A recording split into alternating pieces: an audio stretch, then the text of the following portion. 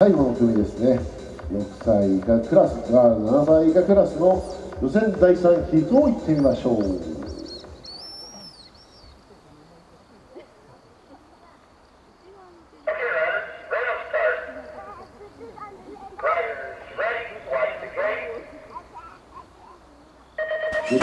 まず先頭に行くのが誰でしょう。青と黄色いジャージの誰だ。おっと横一線並んでるね。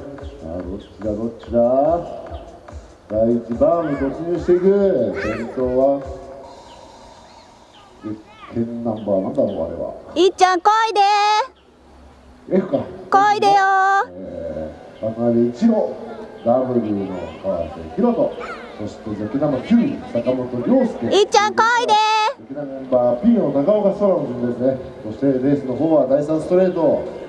ここはね結構難しいところですからね。結構大きい子たちもねこの第3ストレート結構つったもんしますのでね、ここをしっかり練習すればいろんなコースもねいけると思います。そしてこいでこいでズルセクション突入、依然ゼッケナンバー F の渡辺一郎先頭で走っていく。ゼッケナンバー W 川瀬宏斗が狙っている。さあどうなるどうなる。レースの方はゼッケナンバー9坂本涼介も今ゴー。そして最後に頑張って